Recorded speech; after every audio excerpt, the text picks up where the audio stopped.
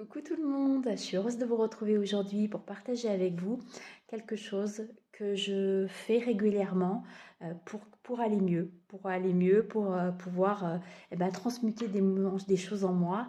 Et j'ai trouvé vraiment quelque chose qui est fabuleux et qui est en rapport avec le vitrail. Alors vous allez me dire, c'est bizarre, Anise elle fait du tarot mais pas des vitraux, mais pourtant le tarot peut devenir un vitrail et c'est là où c'est pertinent.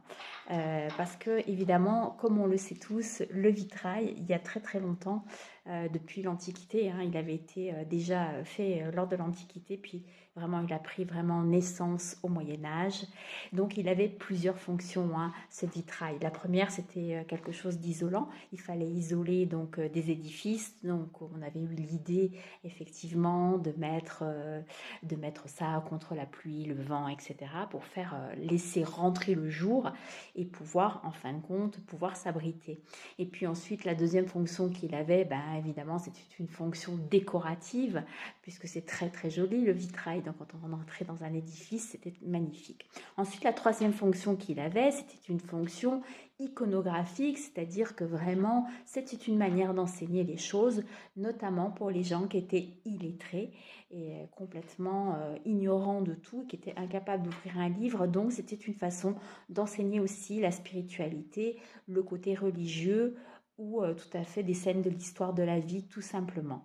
Mais il y a une quatrième fonction et peut-être que c'est là on n'en parle pas suffisamment. C'est une transformation et une fonction en tout cas thérapeutique très importante. Moi je l'utilise depuis très très longtemps pour transformer des choses en moi. Donc c'est une fonction alchimique, hein.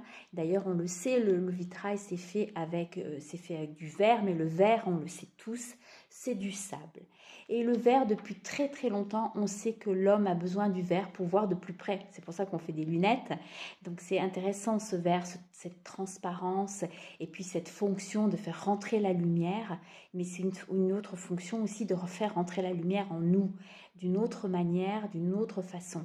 Et on sait que l'image, et notamment dans le tarot, est une chose très importante parce qu'elle va venir bousculer, elle va venir faire travailler votre cellule et sans que vous en apercevez comme ça, mais encore plus quand vous le mettez en vitrail, parce que le vitrail avec la lumière du jour, eh bien, évidemment ça vient se refléter en vous et ça vient travailler des points qu'on n'a pas forcément, envie de travailler sur un point de vue intellectuel. C'est une autre façon d'aborder la thérapie par le tarot. En tout cas, voilà, je voulais vous montrer mes petits transparents, je vous le montrerai sur le... Voilà, je me sers de ça pour mettre contre la vitre et puis créer des petites formules comme ça magiques.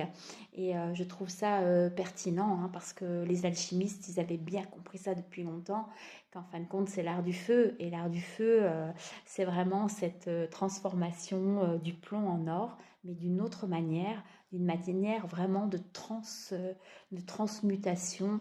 Et c'est vraiment hyper pertinent parce que non seulement c'est de la chromothérapie, c'est de la luminothérapie, mais c'est aussi de la lithothérapie parce que quelquefois on utilise de vraies pierres comme l'obsidienne pour mettre dans les vitraux. Voilà, en tout cas, si vous voulez en savoir plus, ben moi je réponds présente pour répondre à vos questions. J'attends vos retours sur cette nouvelle fonction du tarot à travers le vitrail. Et puis en attendant, ben moi je vous souhaite un magnifique dimanche. Je vous fais d'énormes bisous, prenez soin de vous car c'est très très important. Je vous montre le vitrail. De gros bisous. Et voilà.